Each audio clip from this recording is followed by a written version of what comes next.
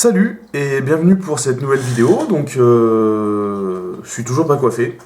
Donc ça c'est vraiment un gros problème, enfin je me mette à me coiffer. J'ai toujours des lunettes qui font un reflet horrible, donc je vais les enlever tout de suite. Et aujourd'hui je vais vous parler dans cette vidéo des armes qu'on peut l'utiliser, disons des armes, des outils qu'on peut utiliser en cas d'agression. Donc dans un cas de légitime défense. Et non dans un cas où on serait éventuellement l'attaquant. Donc je précise quand même, parce que c'est important, dans un cas de survie, on n'est pas là pour attaquer. À moins qu'on soit un brigand, un bandit, et qu'on attaque les pauvres gens, on n'est pas là pour ça. Quand on veut survivre, on essaye d'éviter au maximum le conflit. Donc, en cas de conflit, malgré tout, il faut pas se laisser faire. Vaut mieux se défendre que mourir, comme je dis souvent. Légitime défense, on réplique à force égale. C'est ce que nous dit la législation française. On doit répliquer à puissance égale. Donc tout est dans la nuance. On comprend pas vraiment. Pour nous, simples citoyens, on a du mal à comprendre ces textes un peu pompeux. Donc arrêtons de parler de ça, je vais vous parler un petit peu des outils qui peuvent vous être utiles en cas d'agression pour vous défendre. Donc le premier outil, qui est un outil en fait relativement simple quand on y pense, c'est le bâton télescopique. Donc là il est dans son petit étui. J'ai déjà fait une vidéo de présentation de chacun des produits que je vais vous montrer là, sauf un. Donc on va en parler. Donc le bâton télescopique, je vais pas l'ouvrir maintenant parce qu'en fait je suis en appartement là et j'ai pas envie de commencer à taper sur le plancher ou contre les murs pour le refermer. Ça m'embêterait de déranger mes voisins. Donc le bâton télescopique, ultra pratique. Donc au niveau de la loi, légalement vous n'avez pas le droit de le porter sur vous, ni même de le transporter. En voiture ou à vélo par exemple, vous n'avez pas le droit de le transporter.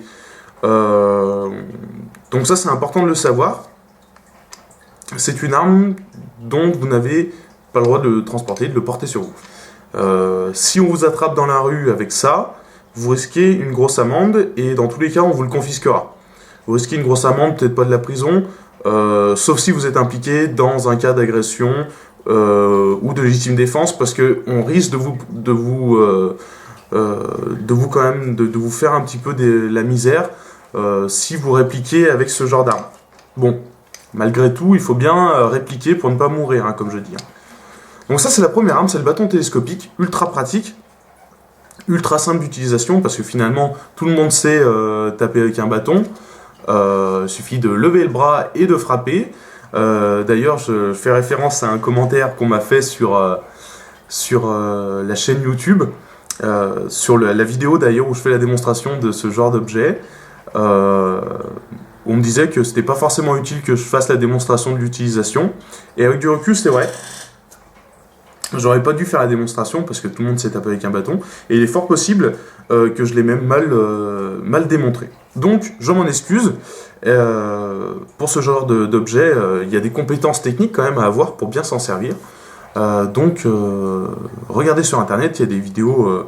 Vous pouvez regarder la mienne, c'est pas forcément un bon exemple. Mais il y a des vidéos très bien faites là-dessus. On passe ensuite donc au deuxième outil qui peut vous servir à vous défendre. Ça va être en fait le choqueur électrique. Donc je ne dis pas taser parce que ce n'est pas un taser. Un taser c'est un pistolet électrique. Là c'est un choqueur. Un choqueur, donc celui-là il est un peu original parce qu'en fait il a une bombe au poivre intégrée à l'intérieur.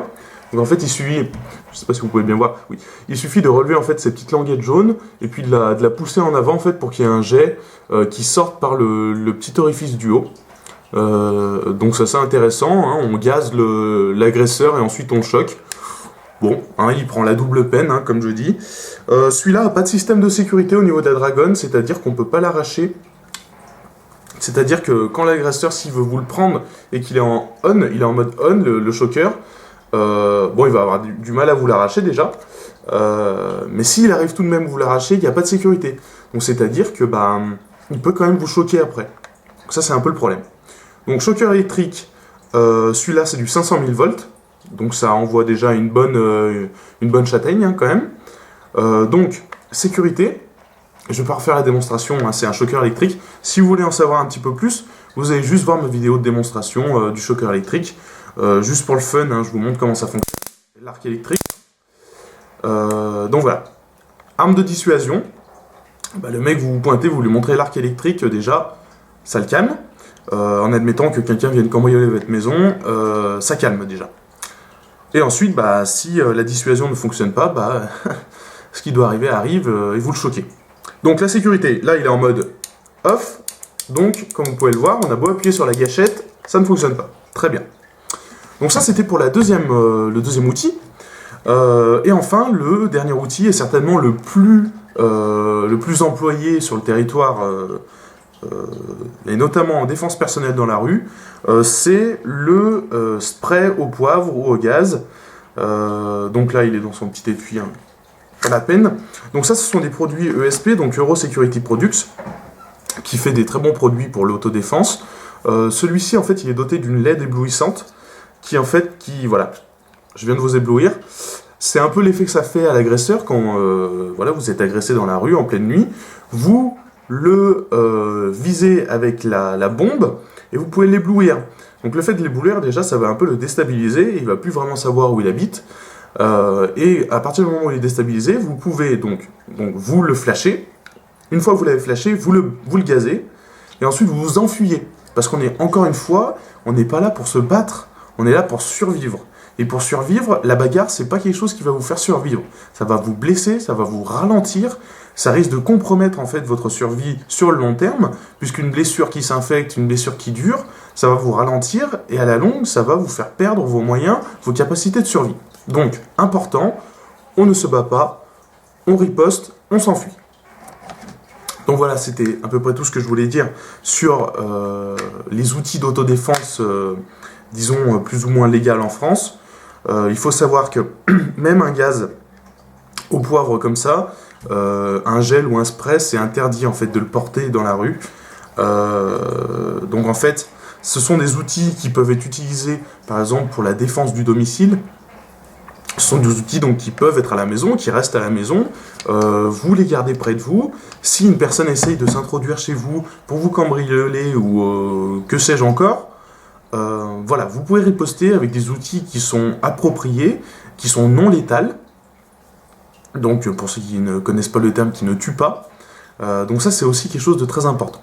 Donc on a fait le tour à peu près d'horizon. Je ferai une vidéo certainement en expliquant un peu le principe de légitime défense et du port d'armes en France. Je pense que c'est important aussi d'être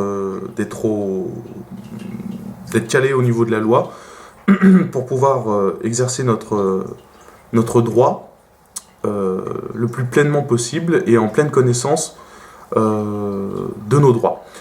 Je rappelle que nul n'est censé ignorer la loi, donc renseignez-vous sur les textes légaux, renseignez-vous également sur les possibilités d'utiliser ce genre d'armes. Voilà, en tout cas, prenez soin de vous, restez prudents, aimez la vidéo, abonnez-vous à ma chaîne, suivez-moi sur le site, il y a plein d'articles qui vont arriver. Donc je vous souhaite une bonne soirée, puisqu'il commence à se faire tard. Merci beaucoup et à la prochaine.